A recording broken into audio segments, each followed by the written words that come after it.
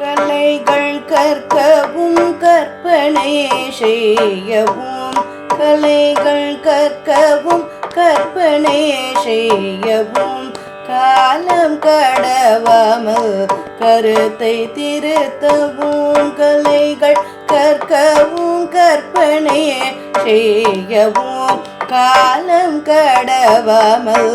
கருத்தை திருத்தவும் உலகிலே நல்ல உண்மைகள் பேசவும் உலகிலே நல்ல உண்மைகள் பேசவும்